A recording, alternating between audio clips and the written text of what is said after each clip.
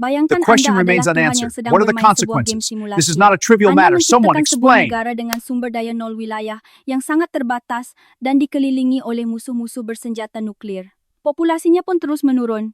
Jika ada negara dengan kondisi seburuk ini, apa yang akan Anda lakukan? Anda mungkin akan langsung membuang data itu, menganggapnya sebagai sebuah kegagalan yang pasti akan hancur sejak awal.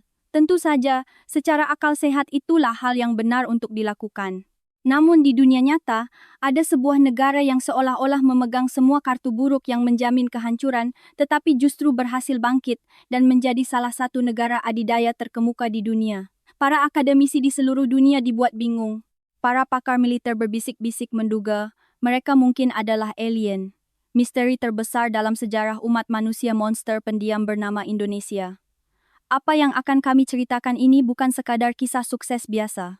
Ini adalah catatan tentang kebangkitan yang paling dramatis, paling menakjubkan, dan paling menyakitkan dalam sejarah manusia. Tolong buang semua akal sehat yang pernah Anda ketahui dan dengarkanlah karena seluruh dunia sedang tercengang. Peringkat kekuatan dunia Indonesia, lahirnya kekuatan super yang tak terduga. Fenomena ini tidak bisa dijelaskan hanya dengan ilmu ekonomi. Dalam sebuah kuliah ilmu politik internasional di Universitas Harvard, 400 mahasiswa terdiam oleh satu kalimat dari seorang profesor. Sumber daya yang awalnya sulit dikelola, tekanan populasi yang sangat besar, tren demografi yang menua, dan berada di kawasan yang dikelilingi oleh kekuatan besar, termasuk negara bersenjata nuklir. Secara historis ini adalah wilayah yang bahkan sulit untuk bertahan hidup. Namun, hanya dalam waktu 70 tahun lebih setelah kemerdekaan dan krisis ekonomi yang dahsyat, negara ini melampaui Inggris dan naik menjadi negara adidaya peringkat keempat di dunia. Itu pasti karena bantuan dari Amerika. Seorang mahasiswa menyela dengan nada sinis.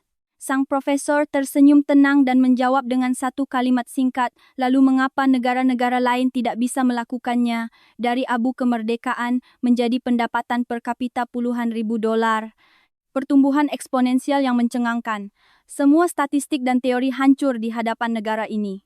Kini komunitas internasional bertanya-tanya dengan serius. Angka-angka telah membuktikannya, sejarah telah mencatatnya. Apakah Anda masih akan menyebutnya sebagai kebetulan? Mari kita selami lebih dalam situasi yang luar biasa. Ini, kisah menakjubkan yang datang langsung dari Amerika, akan segera dimulai. Beritahu kami di kolom komentar dari mana Anda menonton. Kami juga ingin mendengar cerita Anda. Sebelumnya cukup tekan tombol suka yang hanya butuh 1 detik, itu akan menjadi kekuatan besar dalam pembuatan video ini. Wilayah kepulauan yang luas, namun terfragmentasi ketergantungan pada impor minyak di masa lalu, dikelilingi oleh kekuatan militer besar. Dengan akal sehat negara seperti ini akan sulit untuk bertahan hidup, bahkan untuk sekadar bernapas. Buku teks ilmu politik internasional Harvard menjelaskan nasib negara penyangga sebagai negara yang akan hancur di antara kekuatan besar dan lenyap seperti debu. Namun negara ini justru menjadi peringkat ke-4 di dunia. Lokasi geopolitik yang sangat rentan, memulai dengan fondasi ekonomi yang lemah pasca kolonial, tetapi dalam 70 tahun lebih berhasil menyalip para pesaingnya di Eropa. Tahukah Anda? Halo, nama saya Lily Anderson. Saya menyaksikan peristiwa itu dengan mata kepala sendiri di ruang kuliah Harvard hari itu. Momen ketika 400 mahasiswa terdiam sunyi. Kamis minggu pertama bulan Desember 2025 pukul 14.00. Aula kuliah besar di kampus utama Universitas Harvard dipenuhi mahasiswa. 400 kursi hampir terisi penuh. Beberapa mahasiswa bahkan berdiri bersandar di dinding belakang. Bukan hanya mahasiswa dari jurusan ilmu politik internasional, tetapi juga mahasiswa dari jurusan ekonomi, sosiologi, bahkan teknik berkumpul di sini. Hal ini karena seminggu sebelumnya, desas-desus menyebar ke seluruh kampus bahwa Profesor Edward Wellington akan memberikan kuliah khusus. Biasanya mata kuliah pilihan ini hanya dihadiri kurang dari 100 mahasiswa, tetapi hari ini berbeda. Di layar besar di depan ruangan hanya terpampang latar belakang hitam polos. Di podium hanya ada sebuah laptop dan segelas air. Para mahasiswa berbisik-bisik saat mereka duduk. Beberapa mengeluarkan ponsel pintar mereka untuk memeriksa pesan. Saat itu teman di sebelah saya bertanya, "Lily, kenapa kamu di sini? Bukankah ini bukan mata kuliah sosiologi?" Bagi saya yang mengambil jurusan ilmu politik internasional, ini bukan mata kuliah wajib, dan tidak menambah SKS. Ini murni karena rasa penasaran. Profesor Wellington terkenal sebagai salah satu dosen paling keras di Harvard. Beliau adalah seorang maestro yang telah meneliti teori pembangunan negara selama lebih dari 30 tahun. Fakta bahwa orang seperti beliau tiba-tiba mengadakan kuliah khusus adalah sesuatu yang tidak boleh dilewatkan. Tepat pukul 14.00 pintu aula terbuka dan Profesor Edward Wellington masuk. Seorang profesor paruh baya dengan setelan abu-abu kemeja turtleneck hitam membawa tas kulit tua. Ruangan yang tadinya penuh bisikan tiba-tiba hening. 400 pasang mata tertuju pada sang profesor. Beliau berdiri di depan podium, menyapu pandangannya ke seluruh ruangan dengan perlahan dan membuka laptopnya tanpa mengucapkan sepatah kata pun. Setelah hening sejenak, sebuah peta muncul di layar besar. Peta Asia Tenggara. Profesor mengambil sebuah penunjuk laser dan mengarahkannya ke layar. Lihatlah wilayah ini. Penunjuk itu mengarah ke sebuah negara kepulauan yang luas dikelilingi oleh negara-negara besar. Di utara, ada Tiongkok, negara bersenjata nuklir dengan populasi 1,4 miliar jiwa. Berbagi perbatasan darat dengan beberapa negara dan dekat dengan kekuatan regional lainnya. Suara profesor terdengar tenang namun jelas di seluruh ruangan. Luas daratan negara ini sekitar 19 juta kilometer persegi, tetapi tersebar di ribuan pulau. Populasinya besar namun menghadapi bonus demografi yang akan segera berakhir dan memasuki masyarakat yang menua. Profesor mengganti slide berikutnya. Sebuah tabel status sumber daya muncul. Cadangan minyak yang menurun, gas alam yang melimpah, namun pengelolaannya kompleks, biji besi, bergantung pada impor batu bara, melimpah namun dengan tantangan lingkungan. Para mahasiswa menatap layar beberapa mengangguk. Profesor melanjutkan, jika dianalisis dari sudut pandang geopolitik, negara ini berada dalam posisi yang sangat sulit untuk bertahan. Dikelilingi oleh negara-negara raksasa, fondasi awal yang rapuh, geografi yang terfragmentasi dan sering dilanda bencana alam, gempa bumi, tsunami, letusan gunung berapi. Dalam ilmu politik internasional, kami menyebut negara semacam ini sebagai negara dengan risiko geopolitik tinggi. Ruangan menjadi semakin hening. Para mahasiswa mulai mencatat. Dalam sejarah, negara seperti ini memiliki dua kemungkinan. Takdir: satu, menjadi negara satelit bagi kekuatan besar. Dua, lenyap dari peta sama sekali. Profesor berhenti sejenak menyesap air. Di dalam ruangan yang begitu sunyi, suara napas pun terdengar. 400 mahasiswa menatap layar. Jantungku mulai berdebar kencang. Aku tidak tahu apa yang akan dibicarakan profesor, tetapi aku merasa sebuah momen penting akan segera tiba. Profesor kembali membuka mulutnya. Menurut teori negara ini seharusnya tidak ada lagi saat ini, atau jika ada seharusnya hanya bisa bertahan di bawah pengaruh kekuatan tetangganya. Kenyataannya pada pertengahan abad ke-20 negara ini baru saja merdeka setelah perjuangan panjang. Ekonomi dan politiknya berada dalam krisis besar. Kota-kota penting hancur lebur. Rakyat menderita kelaparan dan krisis kepercayaan diri. Seorang jenderal Amerika pernah meramalkan bahwa negara ini akan butuh 100 tahun hanya untuk pulih. Tapi, nada suara profesor sedikit berubah. Para mahasiswa serentak mengangkat kepala. Tahukah kalian di mana posisi negara ini sekarang? Profesor meletakkan penunjuk lasernya dan mengganti slide. Sebuah judul besar muncul di layar, Peringkat Kekuatan Dunia 2025, Peringkat Kemampuan Komprehensif Negara-Negara Global. 1. Amerika Serikat 2, Tiongkok 3, Rusia 4. Profesor berhenti sejenak. Seluruh ruangan menahan napas. Indonesia. Seketika ruangan itu dipenuhi suara gumaman. Indonesia, bisik teman di sebelahku. Mahasiswa di barisan depan membelalakkan mata dan menatap layar berulang kali. Jantungku serasa terpukul. Indonesia peringkat keempat dunia. Lalu bagaimana dengan Inggris, Prancis, Jerman? Profesor mengganti slide berikutnya. 5. Jerman 6. Inggris 7. Prancis. Suara gumaman mahasiswa semakin keras. Beberapa saling berpandangan dengan bingung. Jerman peringkat 5, Inggris ke-6, Prancis ke-7. Apakah ini nyata? Profesor mengangkat tangannya, memberi isyarat agar tenang. Ruangan kembali hening. Saya mengerti keterkejutan Anda, tetapi semua lembaga terkemuka, lembaga internasional untuk studi strategis, US News, World Report, Global Firepower, semuanya mengumumkan hasil yang sama.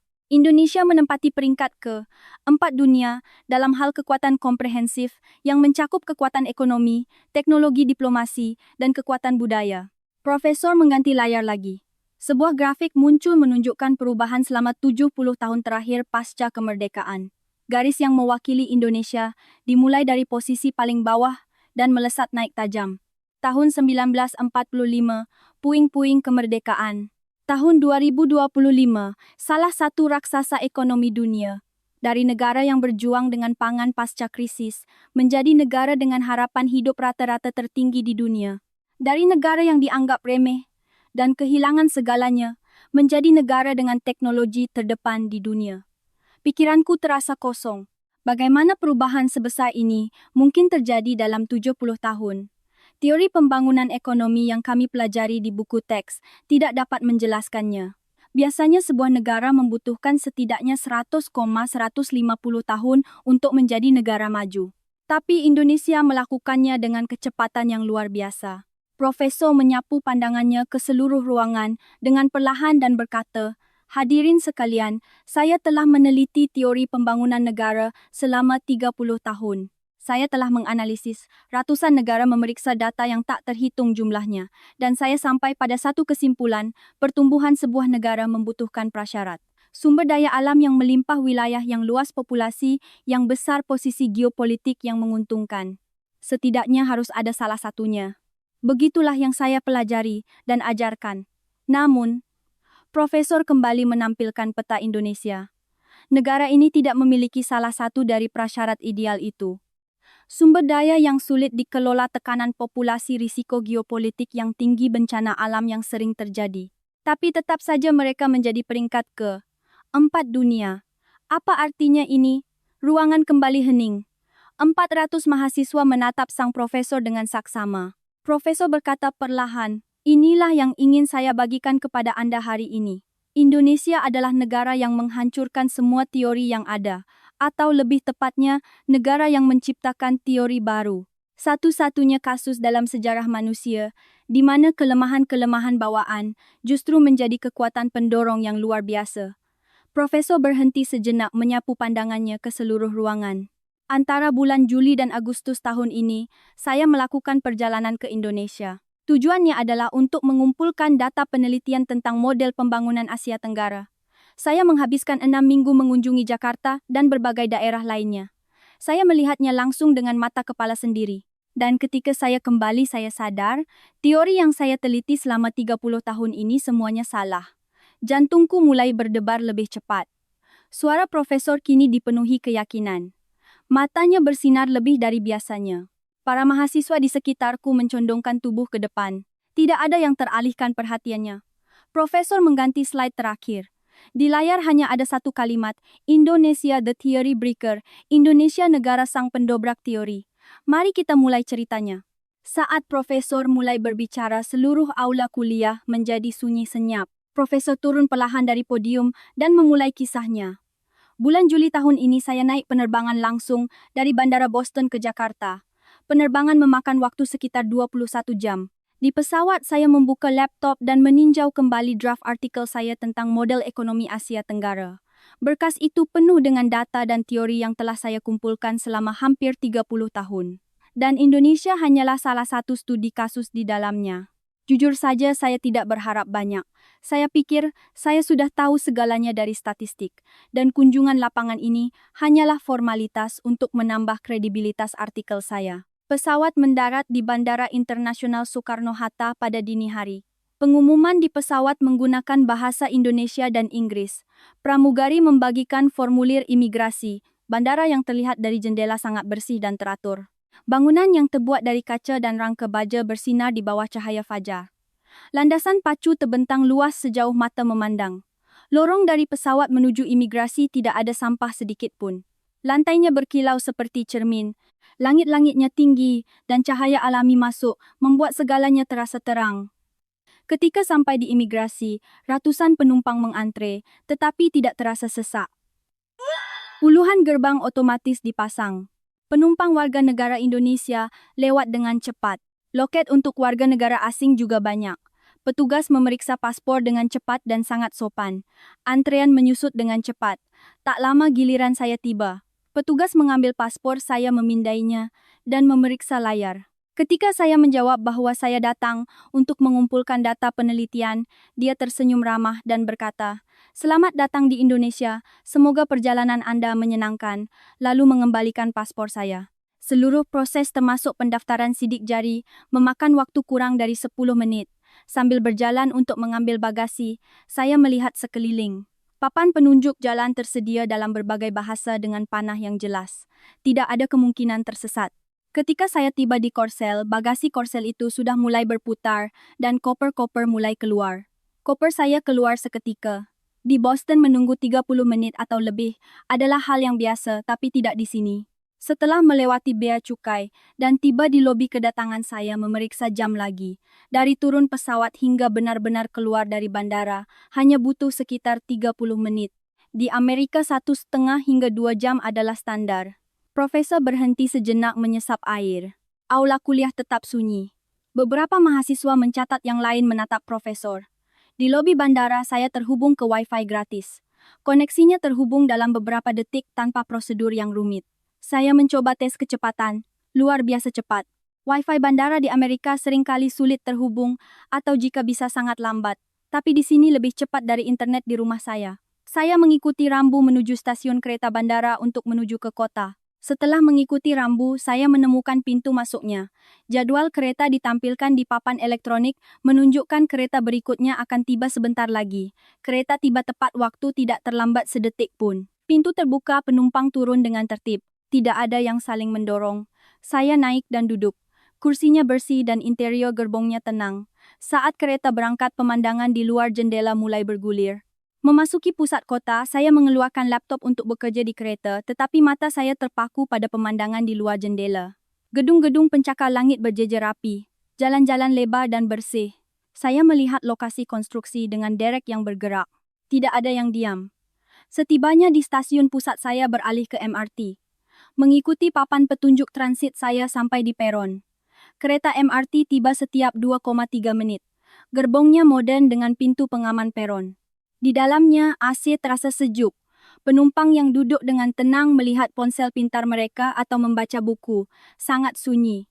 Tidak ada yang berbicara di telepon dengan suara keras. Tidak ada yang memutar musik keras-keras.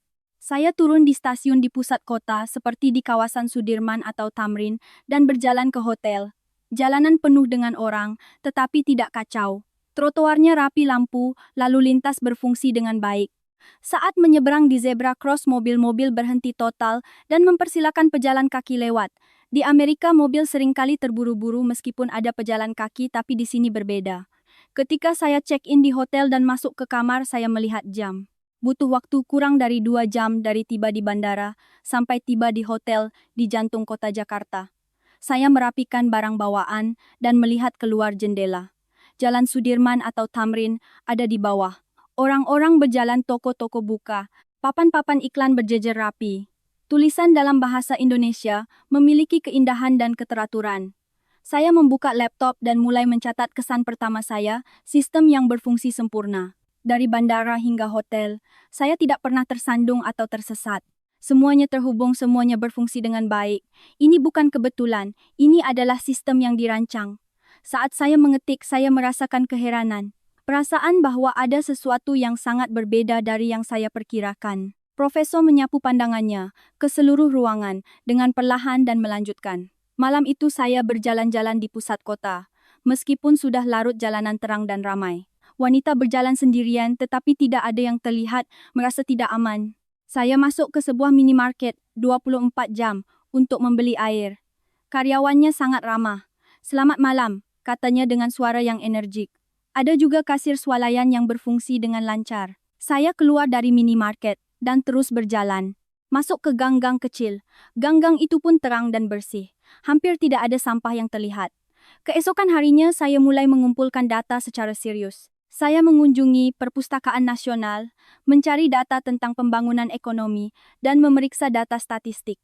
Angka-angkanya adalah yang sudah saya ketahui. Tingkat pertumbuhan ekonomi, nilai ekspor produk domestik bruto per kapita, Semua angka yang ingin saya kutip di artikel saya. Tetapi, apa yang saya rasakan saat berjalan di kota ini berbeda dari angka-angka itu.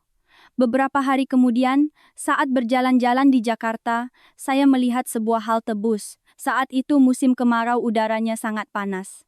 Di halte itu semprotan kabut air halus, keluar menyejukkan orang-orang yang menunggu bus. Ketika saya duduk di bangku, saya melihat tanda wifi gratis dan papan elektronik yang menunjukkan waktu kedatangan bus secara real-time. Saya memberanikan diri bertanya pada seorang karyawan kantoran yang berdiri di sebelah saya. Permisi, apakah halte bus ini selalu sejuk seperti ini hanya saat musim panas? Pria itu tersenyum dan memberitahu saya, di musim hujan bangkunya akan memiliki penghangat, Pak. Penghangat. Saya terdiam. Di Boston kami harus berdiri menunggu bus di tengah dingin yang menggigit. Beberapa halte bahkan tidak memiliki atap untuk berlindung dari hujan. Profesor mengganti slide. Foto halte bus itu muncul di layar. Desain yang bersih dan fungsional. Mahasiswa di ruangan itu menatap layar. Beberapa saling berpandangan dengan heran. Ini adalah halte bus biasa di Indonesia, kata profesor. Bukan tempat khusus. Ini pemandangan umum di Jakarta. Sebuah tangan terangkat dari belakang ruangan. Itu adalah seorang mahasiswa pertukaran bernama Budi. Dia berasal dari keluarga terpandang yang lulus dari universitas ternama di Indonesia dan sedang mengambil gelar master di Harvard. Dia terkenal karena sering mengajukan pertanyaan tajam dalam diskusi. Profesor izin bertanya. Profesor mengangguk. Silakan. Budi bangkit dari tempat duduknya dan membuka laptop. Anda berbicara tentang kemajuan Indonesia, tapi saya punya data yang sudah saya siapkan. Ada analisis yang menyatakan bahwa sebagian besar teknologi dan industri kunci Indonesia di masa lalu berasal dari meniru teknologi Amerika dan Eropa. Selama masa pemulihan pasca krisis mereka membongkar produk-produk barat dan menirunya. Analisis ini mengatakan bahwa tanpa itu Indonesia hari ini tidak akan mungkin ada. Suaranya tenang tapi penuh percaya diri. Ruangan menjadi hening. Pandangan para mahasiswa beralih antara profesor dan Budi. Jantungku berdebar kencang. Budi melanjutkan, jadi bukankah kesuksesan mereka hanyalah hasil dari menumpang pada penemuan negara lain? Profesor terdiam sejenak. Seluruh ruangan menahan napas. Kemudian profesor membuka mulutnya perlahan. Pertanyaan yang sangat bagus, Budi. Memang benar setelah krisis Indonesia belajar dari teknologi barat. Tapi yang penting adalah apa yang terjadi setelahnya. Banyak negara yang belajar teknologi, banyak negara yang mencoba mengimpor teknologi dari barat. Lalu mengapa hanya Indonesia yang bisa tumbuh sebesar ini dan bahkan melampaui aslinya? Budi hendak mengatakan sesuatu lagi, tetapi profesor mengangkat tangannya, memberi isyarat untuk menunggu. Saya akan menceritakan fakta yang lebih penting. Profesor mengganti slide. Sebuah dokumen sejarah muncul di layar. Tahun 1945-1949. Setelah perjuangan kemerdekaan yang tersisa di Indonesia adalah puing-puing. Basis industrinya hancur. Ini adalah permulaan dari situasi paling tragis dalam sejarah manusia modern. Aula kuliah menjadi lebih hening. Aku melihat wajah Budi menegang. Profesor melanjutkan, tidak ada sumber daya yang terkelola, tidak ada pabrik, bahkan tidak ada cukup makanan. Tapi Indonesia bangkit. Dari tahun 1950-an hingga 2000-an mereka mengalami pemulihan yang ajaib. Dan pada tahun 1990-an hingga 2010-an mereka mencapai pertumbuhan ekonomi yang pesat. Pada tahun 2020-an, mereka membanjiri pasar global dengan produk elektronik dan teknologi. Dan sekarang mereka merebut hati orang-orang di seluruh dunia dengan budaya kuliner, film, dan seni bela diri pencak silat. Budi duduk dan menutup laptopnya. Wajahnya menunjukkan pengakuan. Profesor melanjutkan dengan suara tenang. Budi, apa yang Anda tunjukkan sebagian benar. Mereka belajar, tapi mereka tidak hanya meniru. Anda tahu konsep gotong royong dan semangat juang. Mereka tanpa henti menyempurnakan teknologi yang mereka peroleh, membuatnya lebih kecil, lebih efisien, dan lebih tahan lama. Itulah jiwa bangsa Indonesia. Jiwa para pencipta, para pengrajin yang telah terasah sepanjang sejarah. Semangat pantang menyerah yang bangkit setiap kali jatuh. Rasa urgensi bahwa negara ini tidak boleh gagal. Tekad untuk menciptakan sesuatu yang lebih baik. Inilah esensi dari Indonesia. Profesor melanjutkan ceritanya tentang apa yang ia alami di Indonesia satu persatu. Para mahasiswa di ruangan itu mendengarkan dengan saksama, beberapa mencatat. Suara profesor dipenuhi kekaguman. Saat itu sekitar seminggu setelah tiba di Indonesia, saya berjalan di sepanjang tepi Sungai Ciliwung. Saya mendengar bahwa sungai yang dulunya sangat tercemar telah direvitalisasi dengan indah, jadi saya ingin melihatnya sendiri. Air jernih mengalir di antara gedung-gedung pencakar langit.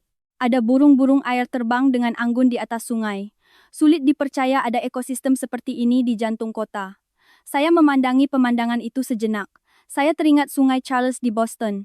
Sungai Charles di Boston tempat saya dibesarkan juga mengalir melalui kota, tapi itu hanya pemandangan bukan tempat yang hidup. Tapi Sungai Ciliwung di pusat Jakarta memiliki ikan yang berenang, burung yang beristirahat. Yang lebih menakjubkan adalah fakta bahwa ini adalah hasil dari upaya perbaikan kualitas air selama bertahun-tahun. Mereka tidak menyerah pada sungai yang pernah kotor selama masa pertumbuhan ekonomi yang pesat, tetapi memulihkannya. Jika hanya mempertimbangkan nilai ekonomi, mungkin lebih mudah untuk menimbun sungai dan menjadikannya jalan raya. Tapi Indonesia memilih untuk hidup berdampingan dengannya. Profesor berbicara perlahan, pada saat itu saya sadar. Indonesia bukan negara yang hanya mengejar pertumbuhan ekonomi. Ini adalah negara yang mempertimbangkan keharmonisan dengan alam dan kualitas hidup warganya secara bersamaan. Sambil berjalan di sepanjang sungai, saya melihat orang-orang bersantai di bangku-bangku. Anak-anak bermain pasangan berjalan bergandengan tangan. Saya berpikir, inilah negara yang benar-benar untuk rakyatnya. Profesor menampilkan foto sungai di layar. Gambar air yang mengalir dan burung-burung yang terbang di atasnya terlihat jelas. Tahukah Anda mengapa ini penting Indonesia tidak mengorbankan sesuatu demi kenyamanan, tetapi menggunakan teknologi untuk memulihkan lingkungan? Beberapa hari kemudian, saya berkesempatan mengunjungi pabrik teknologi tinggi Indonesia di luar kota. Sebuah pabrik di kawasan industri. Saya mendapat izin khusus untuk tur di dalamnya. Pabrik itu bersih seperti ruang operasi. Teknisi yang memandu saya menjelaskan di sini, mereka memproduksi material kunci yang digunakan di ponsel pintar dan mobil listrik di seluruh dunia. Komponen yang membutuhkan presisi tingkat nanometer. Dunia kecil yang tidak terlihat, bahkan dengan mikroskop. Mereka mengatakan negara lain mencoba meniru, tetapi tidak dapat mencapai tingkat kemurnian ini. Mendengar kata-kata itu, saya mengerti konteksnya. Ini bukan industri manufaktur biasa. Abad ke-21 didominasi oleh material dan teknologi, kata profesor. Ponsel pintar, mobil, peralatan elektronik semuanya memiliki material dan komponen dari Indonesia di dalamnya. Ada banyak negara yang merakit produk jadi tetapi hanya sedikit negara yang memproduksi jantungnya. Indonesia sedang memegang jantung itu. Slide berganti. Gambar robot-robot pabrik muncul. Sektor robotika industri dunia didominasi secara signifikan oleh perusahaan-perusahaan Indonesia. Tanpa robot dari perusahaan-perusahaan ini, pabrik-pabrik mobil di seluruh dunia akan berhenti. Slide berikutnya menunjukkan teknologi pertahanan. Teknologi kapal selam dan radar Indonesia berada di level tertinggi dunia. Meskipun mereka menyembunyikan kemampuan mereka di bawah kebijakan luar negeri yang damai, potensi mereka berada pada level yang paling ditakuti negara tetangga. Profesor berhenti sejenak, menyapu pandangannya ke seluruh ruangan. Hadirin sekalian, hari ini tidak hanya Indonesia, tetapi banyak negara maju berpikir sama. Keinginan untuk membuat negara menjadi kaya. Tetapi alasan mengapa Indonesia istimewa adalah, ini keyakinan yang menjadi dasar dari keinginan itu. Slide berganti. Rangkaian peristiwa sejarah Indonesia muncul. Profesor menjelaskan perlahan Indonesia telah berjuang melawan bencana alam yang tak terhitung jumlahnya, tsunami, gempa bumi, letusan gunung berapi, dan krisis ekonomi. Setiap kali mereka kehilangan segalanya, tapi mereka tidak pernah menyerah. Seperti saat tsunami 2004 atau krisis moneter 1998, seluruh dunia mengira Indonesia sudah tamat. Tapi, apa yang dilakukan para korban? Tidak ada penjarahan atau kerusuhan. Mereka mengantre dengan tenang untuk menerima bantuan. Mereka berbagi dan saling menolong. Gambaran mereka yang saling mendahulukan orang lain dalam situasi terburuk di negara, mana hal ini mungkin terjadi. Suara profesor menjadi lebih bertenaga. Bangsa Indonesia adalah bangsa yang menjadi lebih kuat saat menghadapi krisis. Mereka memiliki gen untuk mengatasi kesulitan. Semangat gotong royong. Jiwa persatuan, hati yang menjaga ketertiban. Inilah alasan sebenarnya mengapa Indonesia menjadi peringkat ke-4 di dunia. Aula kuliah benar-benar hening. Para mahasiswa menatap profesor dengan saksama. Aku merasakan sesuatu yang hangat membara dari lubuk dadaku. Profesor menutup ceramahnya. Akhir Agustus saya kembali ke Boston. Selama penerbangan pulang saya terus berpikir. Saya tahu statistiknya. Saya tahu segalanya dari angka. Tapi kenyataannya berbeda. Indonesia bukan hanya negara yang ekonominya tumbuh. Ini adalah negara dengan jiwa yang berbeda. Saya mencoba merevisi file penelitian yang telah saya kumpulkan selama 30 tahun. Tapi begitu saya hendak menulis kalimat pertama, saya sadar teori ini tidak bisa menjelaskannya. Teori bahwa tanpa sumber daya negara tidak bisa tumbuh. Teori bahwa tanpa wilayah yang stabil negara tidak bisa menjadi kekuatan besar. Semua itu salah. Indonesia menjadi peringkat ke-4 dunia tanpa kondisi-kondisi ideal itu. Negara yang memulai dengan fondasi rapuh sedang menciptakan teknologi yang menggerakkan dunia. Negara kepulauan ini sedang mengekspor budayanya ke seluruh dunia. Bagaimana mungkin jawabannya hanya satu, rakyatnya, jiwa bangsa Indonesia? Profesor mengganti slide berikutnya. Foto-foto penggemar film atau musik Indonesia dari seluruh dunia muncul di layar. Orang-orang dari berbagai ras mengenakan kostum atau batik dengan gembira. Profesor berkata, perlahan Indonesia bukan negara yang hanya memiliki kekuatan militer dan ekonomi. Ini adalah negara yang menggerakkan dunia dengan budaya.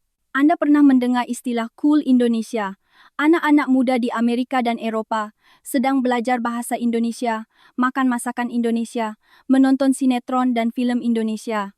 Mereka terkesan dengan cerita-cerita dari Indonesia. Mereka mengadopsi nilai-nilai Indonesia, persahabatan, perjuangan, kemenangan, dan belas kasihan yang bahkan memaafkan musuh. Konten dari Indonesia memiliki emosi yang unik. Banyak mahasiswa mengangguk. Ini bukan hanya tentang film atau musik. Citra negara telah berubah. Dari era yang disebut sebagai macan kertas, menjadi negara yang ingin dikunjungi dan ditinggali. Slide berganti. Foto sebuah jalan di Manhattan, New York muncul. Ada antrian panjang di depan sebuah restoran Indonesia. Restoran mewah harus dipesan jauh-jauh hari. Profesor menjelaskan, di ibu kota kuliner dunia masakan Indonesia adalah salah satu yang paling dicintai. Sehat, indah, dan lezat. Bahkan di Paris hal yang sama terjadi. Jajanan pasar dan kue-kue Indonesia membuat para patisier lokal terkejut. Profesor berkata perlahan, tahukah Anda apa artinya ini? Indonesia bukan lagi negara yang mengikuti Barat. Apa yang diciptakan Indonesia kini menjadi standar dunia. Slide berganti. Sebuah peta dunia muncul menunjukkan lokasi para pembelajar bahasa Indonesia di seluruh dunia. Orang-orang di seluruh dunia semakin banyak belajar bahasa Indonesia. Mengapa? Karena mereka ingin menonton film tanpa subtitle. Karena mereka ingin memahami budaya Indonesia lebih dalam. Suara profesor menjadi lebih kuat. Jika kita melihat kembali sejarah bahasa membawa kekuatan. Dulu orang di seluruh dunia belajar bahasa Inggris. Sekarang mereka belajar bahasa Indonesia. Karena rasa suka bukan paksaan. Karena mereka menyukainya. Mereka menggerakkan dunia dengan budaya bukan dengan senjata. Seorang mahasiswa mengangkat tangan. Profesor, apakah itu berarti Indonesia sedang menaklukkan dunia dengan soft power? Profesor mengangguk. Lebih tepatnya sedang memikat dunia. Kekuatan militer menciptakan ketakutan, tetapi budaya menciptakan cinta. Indonesia telah membuktikannya. Profesor berhenti sejenak menyapu pandangannya ke seluruh ruangan. Ketika budaya kuat, produk pun laku. Suka sinetron Indonesia jadi makan makanan ringan Indonesia. Suka game Indonesia jadi beli produk Indonesia.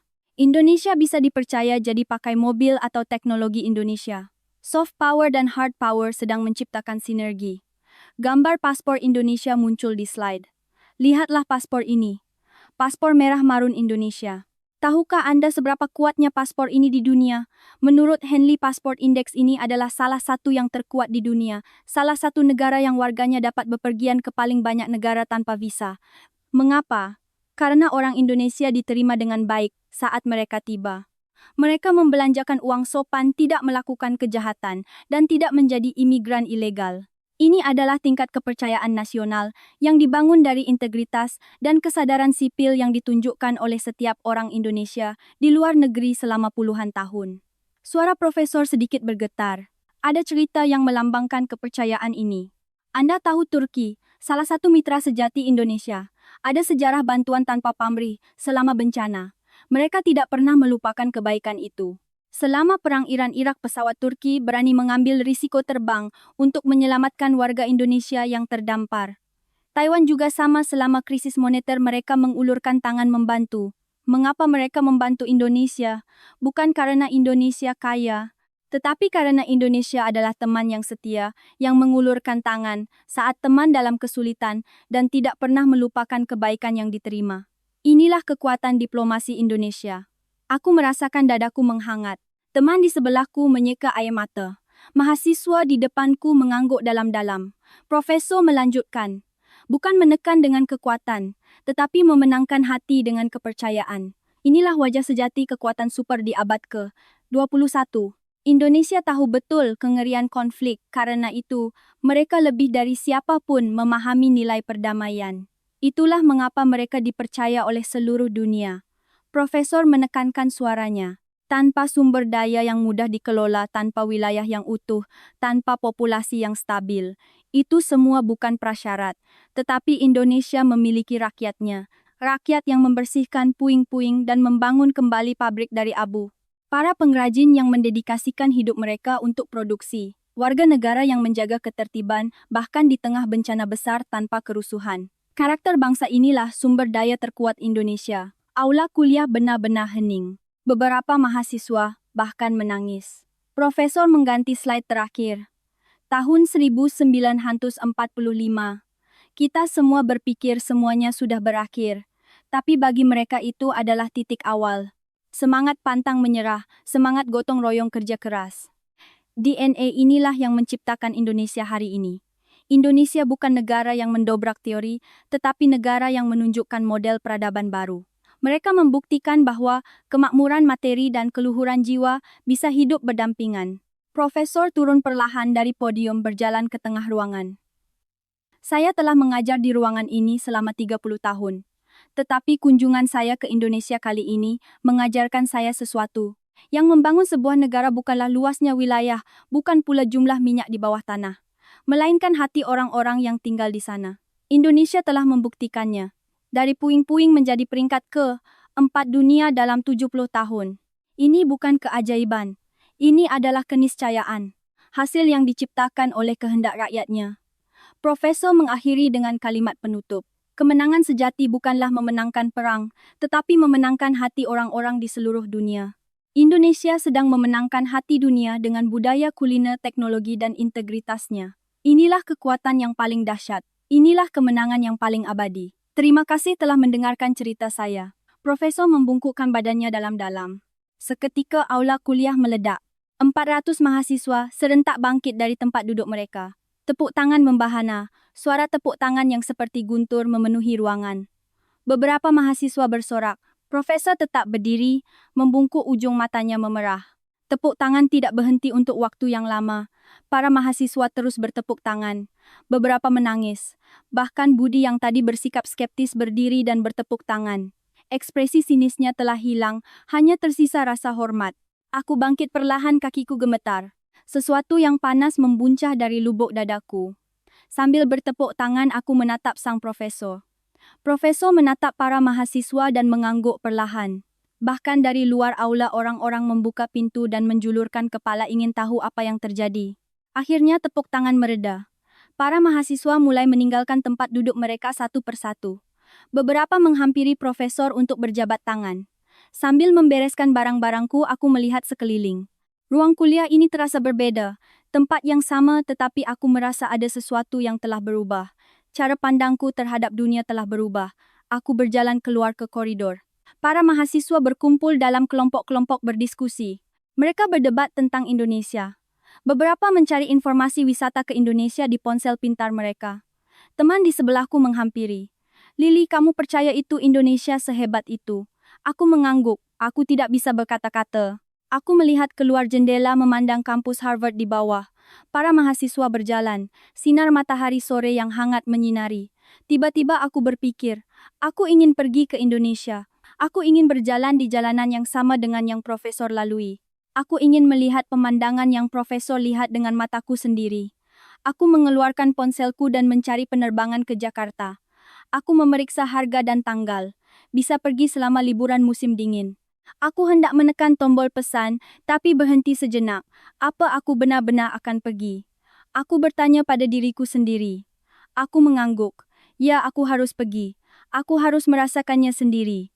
Aku melihat Profesor keluar dari koridor. Beliau sedang berbicara dengan beberapa mahasiswa. Aku berjalan mendekat dan menunggu. Profesor mengucapkan selamat tinggal pada para mahasiswa dan berjalan ke arahku. Profesor, terima kasih banyak, kataku. Kuliah hari ini luar biasa. Profesor tersenyum. Jika kau terkesan kau harus pergi ke Indonesia sendiri. Itulah pembelajaran yang sesungguhnya. Aku mengangguk. Ya, saya berencana pergi selama liburan musim dingin ini. Profesor menepuk bahuku dengan lembut. Itu keputusan yang bagus. Rasakan sendiri lalu kembali dan ceritakan pada orang lain betapa luar biasanya negara Indonesia itu. Profesor berjalan menyusuri koridor. Aku memandangi punggungnya. Aku merasa ada sesuatu yang membara di dalam dadaku. Indonesia, negara sang pendobrak teori. Negara yang sedang membangun peradaban baru. Aku memutuskan bahwa aku harus pergi. Aku melihat keluar jendela lagi. Langit biru tanpa awan. Tiba-tiba aku sadar. Cerita yang ku dengar di kelas hari ini akan mengubah hidupku. Cara pandangku terhadap dunia telah berubah. Cara aku memahami sebuah negara telah berubah. Dan di atas segalanya, aku memiliki keinginan yang kuat untuk pergi ke Indonesia. Aku mengambil ponselku lagi dan menekan tombol pesan. Halaman pembayaran muncul. Aku menekan tombol konfirmasi. Tiket pesawat ke Jakarta telah dipesan. Jantungku berdebar kencang. 3 bulan lagi aku akan menginjakkan kaki di tanah Indonesia. Aku akan berjalan di jalanan yang Profesor lalui dan merasakan kekaguman yang Profesor rasakan. Aku berjalan keluar dari koridor. Di luar matahari masih bersinar cerah. Para mahasiswa masih lalu lalang. Tapi semuanya tampak berbeda. Pemandangan yang sama tetapi dengan makna yang berbeda. Dunia sebelum mengetahui tentang Indonesia dan setelah mengetahui tentang Indonesia benar-benar berbeda. Indonesia bukan negara yang mendobrak teori. Ia adalah teori baru itu sendiri. Kata-kata Profesor masih terngiang di kepalaku. Kekuatan yang tak terlihat lebih kuat daripada kekuatan yang terlihat. Jiwa sebuah bangsa mengubah takdirnya. Indonesia telah membuktikan itu semua. Itu terukir di lubuk hatiku. Aku berjalan sambil berpikir. 3 bulan lagi, apa yang akan kulihat di Indonesia? Apa yang akan kurasakan? Akankah aku terkesan seperti Profesor? Aku merasa bersemangat. Aku merasa haus akan pengetahuan. Indonesia, negara yang mendobrak teori. Negara yang mengubah dunia. Aku menatap ke langit. Sinar matahari menerpa wajahku. Angin meniup rambutku dengan lembut. Aku bersumpah dalam hati. Aku akan pergi ke Indonesia, merasakannya sendiri. Dan kembali untuk menceritakan kepada orang-orang betapa istimewanya Indonesia. Betapa kuatnya. Dan mengapa dunia harus memperhatikan Indonesia. Terima kasih semua telah mendengarkan cerita saya sampai akhir. Sampai jumpa. Bagaimana cerita hari ini? Awalnya mungkin terdengar seperti kisah sukses satu negara saja. Tetapi semakin kita mendengarkannya, kita semakin merasa ada banyak makna tersembunyi yang belum pernah kita sadari. Sungguh menakjubkan bagaimana sebuah negara kepulauan yang luas, yang pernah kekurangan sumber daya terkelola dan sering dilanda bencana tidak menyerah dan merintis jalannya sendiri. Ini bukan hanya tentang keberuntungan atau waktu yang tepat, tetapi karena kehendak rakyat yang diwariskan dari generasi ke generasi dan kekuatan saling percaya. Pertanyaan Profesor, lalu mengapa negara lain tidak bisa melakukannya, masih terngiang di benak kita. Pada akhirnya, baik itu negara maupun individu yang lebih penting dari kondisi eksternal adalah hati yang percaya pada diri sendiri dan semangat pantang menyerah hingga akhir bukan. Bahkan, di dunia tempat kita hidup sekarang seringkali kita membutuhkan hati seperti itu. Orang yang terus melangkah maju sampai akhir, meskipun menyakitkan dan terlihat kecil, itulah orang yang benar-benar kuat. Melalui cerita ini, kami berharap kita semua bisa melihat dunia tempat kita tinggal dengan sudut pandang yang sedikit berbeda, karena apa yang ditunjukkan Indonesia kepada kita bukan hanya kesuksesan, tetapi juga kemungkinan, sebuah cerita yang belum berakhir. Jawabannya mungkin masih sedang ditulis pada saat ini. Bagaimana pendapat Anda? Silakan tinggalkan komentar Anda di kolom di bawah ini. Dan tolong bagikan cerita yang menginspirasi ini kepada orang-orang di sekitar Anda dan mari berdiskusi bersama. Terakhir menekan tombol berlangganan suka dan menyalakan notifikasi yang hanya butuh 1 detik akan menjadi kekuatan besar dalam pembuatan video kami. Inilah kisah inspiratif yang membawa kesan mendalam untuk Anda semua. Dengan tulus, semoga hari Anda menyenangkan dan bahagia.